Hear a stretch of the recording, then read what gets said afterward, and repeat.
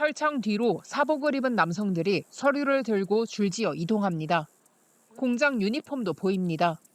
미국 이민세관 단속국의 급습에 붙잡혀온 한국인들입니다. 한국 분들이신가요?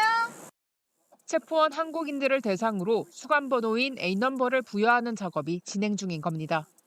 분류가 마무리된 사람들은 잠시 뒤 흰 수건과 짐을 들고 다른 건물로 들어갑니다. 한국인 근로자들은 30여 명씩 조를 나눠 조사실로 들어갔지만 나올 땐 숫자가 10여 명으로 줄었습니다. 내부에서 체류 자격에 대한 추가 분류 작업이 진행됐을 가능성이 있습니다. 현지 시설을 관리하는 이민세관 당국은 수감된 사람들과 외부 소통을 완전히 차단한 상태입니다. 변호사 접견은 물론 가족 면회도 제한했습니다. 보안요원과 현지 경찰 역시 취재진의 접근을 막으며 촬영을 통제했습니다. I'm fixing to call the warden and let him know we checked your journalist you find. 취재진은 간신히 기존에 잡혀왔던 수감자들과 이야기를 나눌 수 있었습니다. 이들은 현재 체포된 한국인들이 기존의 수용자들과 분리된 공간에 모여 있다고 확인해줬습니다. Did you see any Koreans there? Other side? They don't go with us because they don't have a criminal record. 취재진이 한국 언론이라고 밝히자 수감자들은 열악한 상황을 토로하며 도움을 요청했습니다. 실제로 이곳은 미 전역 수용시설 가운데 비위생적인 환경과 수용자 학대로 악명이 높습니다. 곰팡이와 벌레로 들끓는 샤워시설이 적발됐고 지난해에는 수감 중이던 인도인이 치료가 늦어 숨진 사례도 있습니다. 폭스턴에서 JTBC 홍지연입니다. 이번 이민 단속은 현지 정치인의 신고가 결정적이었던 걸로 알려졌습니다. JTBC가 신고를 한 인물과 통화를 했는데요. 한국 공장이 지역 경제 발전에 도움이 되지 않는다고 주장했습니다. 이한주 기자입니다.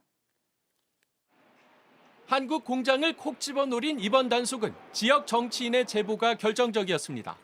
트럼프의 열렬한 지지자이자 강성 공화당원인 토리 브레넘은 JTBC와 통화해서 자신이 공장을 신고했다고 주장했습니다. Well, the response was we need evidence, and so I linked them up with the guy that had video evidence. 브레넘은 한국 기업들이 지역 경제에 도움이 되지 않는다고 했습니다. 현지 고용 없이 공장 건설을 하고 세제 혜택을 챙기는 건 기만이라는 겁니다. Jobs away, you build a new plant here, you give tax cuts on the back of Georgians, and then they don't get hired, and there are Georgians that need jobs. 브레넘은 단속된 한국인들이 착취를 당하는 노예 생활을 하고 있다고도 했습니다. They probably send a lot of money to their handler and back home, might not have much to live off of, slave labor conditions. It's a humanitarian crisis. 하지만 이런 브레넘의 발언은 전후 사정을 알지 못한 오해라는 지적입니다. 현대차와 LG엔솔 합작 배터리 공장은 한국 전문 인력이 아니면 건설이 쉽지 않습니다. 오히려 두 기업은 10조 6천억 원을 투자해 지역민에게 8,500개 이상의 새로운 일자리를 약속한 바 있습니다.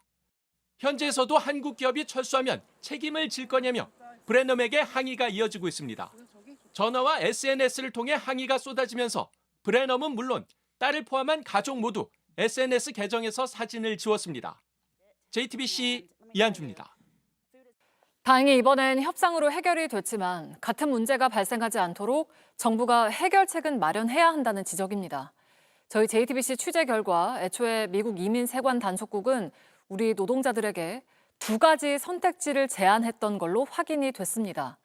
즉시 추방돼서 5년 동안 미국에 입국하지 못할지, 구금된 채 넉 달 안에 재판을 받을지 열흘 안에 결정하라는 내용이었습니다. 송혜수 기자의 단독 보도입니다.